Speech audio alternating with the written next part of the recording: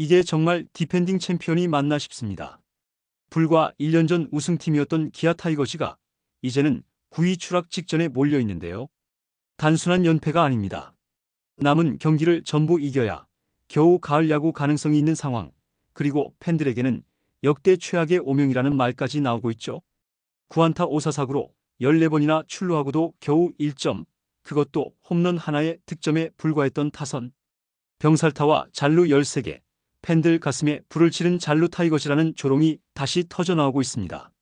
최형우는 42살의 몸으로 번트까지 대며 필사적으로 버텼지만 옆에 서 있어야 할 김도영은 이미 시즌 아웃, 위즈덤은 부상으로 실종. 이대로라면 우승팀이 단 1년 만에 꼴찌 턱밑까지 떨어지는 사상 초유의 굴욕을 맞이할 수도 있는데요. 오늘은 왜 기아가 역대급 치욕 직전까지 몰렸는지, 그리고 9위 추락 위기를 피할 수 있을지 빠르게 정리해 드리겠습니다. 7일 NC전 패배는 단순히 한 경기의 패배가 아니었습니다. 팬들이 뿔난 이유는 너무나도 똑같은 패턴이 반복됐기 때문이죠. 9안타에 볼넷 4개, 4사구까지 합치면 무려 14번이나 주자가 나갔습니다. 그런데 고작 1득점, 그것도 주자 없는 상황에서 박찬호가 때린 솔로 홈런이 전부였죠. 찬스를 만들고도 적시타는 단 하나도 나오지 않았습니다. 2회 나성범의 2루타가 있었지만 후속타는 없었고 3회에는 1사 만루에서 김선빈이 내야 플라이, 최영우가 담장 앞에서 잡히며 무득점으로 물러났습니다. 5회에도 유격수 실책과 볼넷으로 주자가 쌓였지만 외야 뜬공 2방으로 기회를 날려버렸죠. 6회에는 1사 만루 기회가 있었지만 김태군의 느린 발로 인해 병살타가 되고 말았습니다.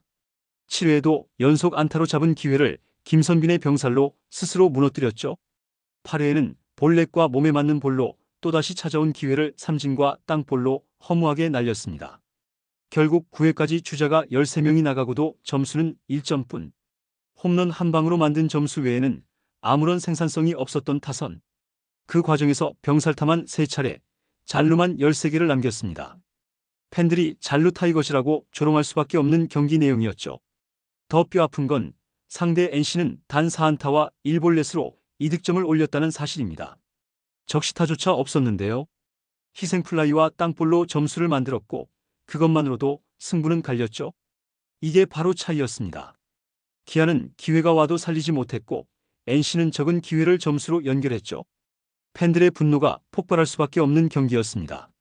기아 타선이 이렇게까지 무기력해진 건 이유가 있는데요.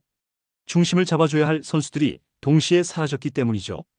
지난해 리그 MVP 김도영은 결국 시즌 아웃이 확정됐습니다. 팬들이 그토록 기다렸지만 햄스트링 부상은 끝내 회복되지 않았죠.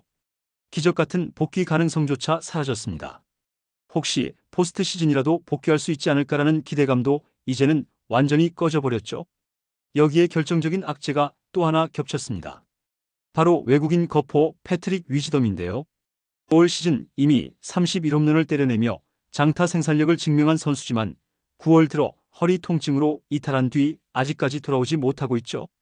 이범호 감독은 상태를 보면서 기다려본다고 말했지만 팬들 입장에서는 답답하기만 합니다. 지금은 가을 야구를 향해 모든 전력을 쏟아야 하는 절체절명의 시기인데 기아의 가장 강력한 한방이자 최형우의 보막 역할을 해줄 타자가 자리를 비운 거죠. 결국 현재 기아 타선은 42살 최형우에게 모든 걸 맡기는 상황으로 전락했습니다. 나성범도 예전만큼의 파괴력을 보여주지 못하는 가운데 팀의 중심을 잡아줘야 할 김도영은 없고 위즈덤도 사라지니 상대 투수들은 최형우만 잡으면 사실상 기아 타선을 꽁꽁 묶을 수 있게 된 것이죠. 실제로 NC전에서 최형우는 안타와 번트 시도까지 해내며 필사적으로 몸을 던졌습니다.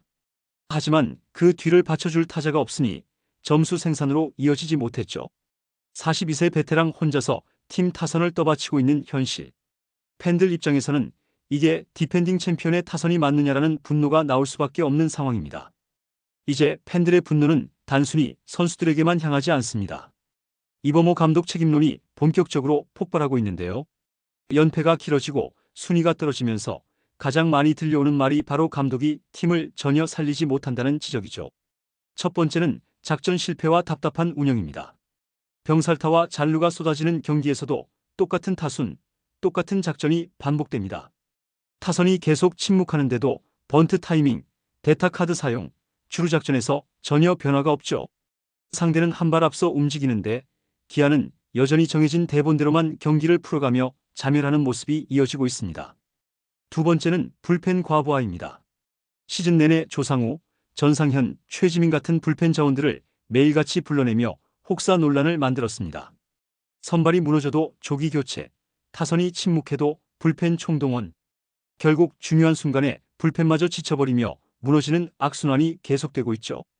팬들은 이범호 감독이 선수들을 소모품처럼 쓰고 있다라는 비판까지 쏟아내고 있습니다.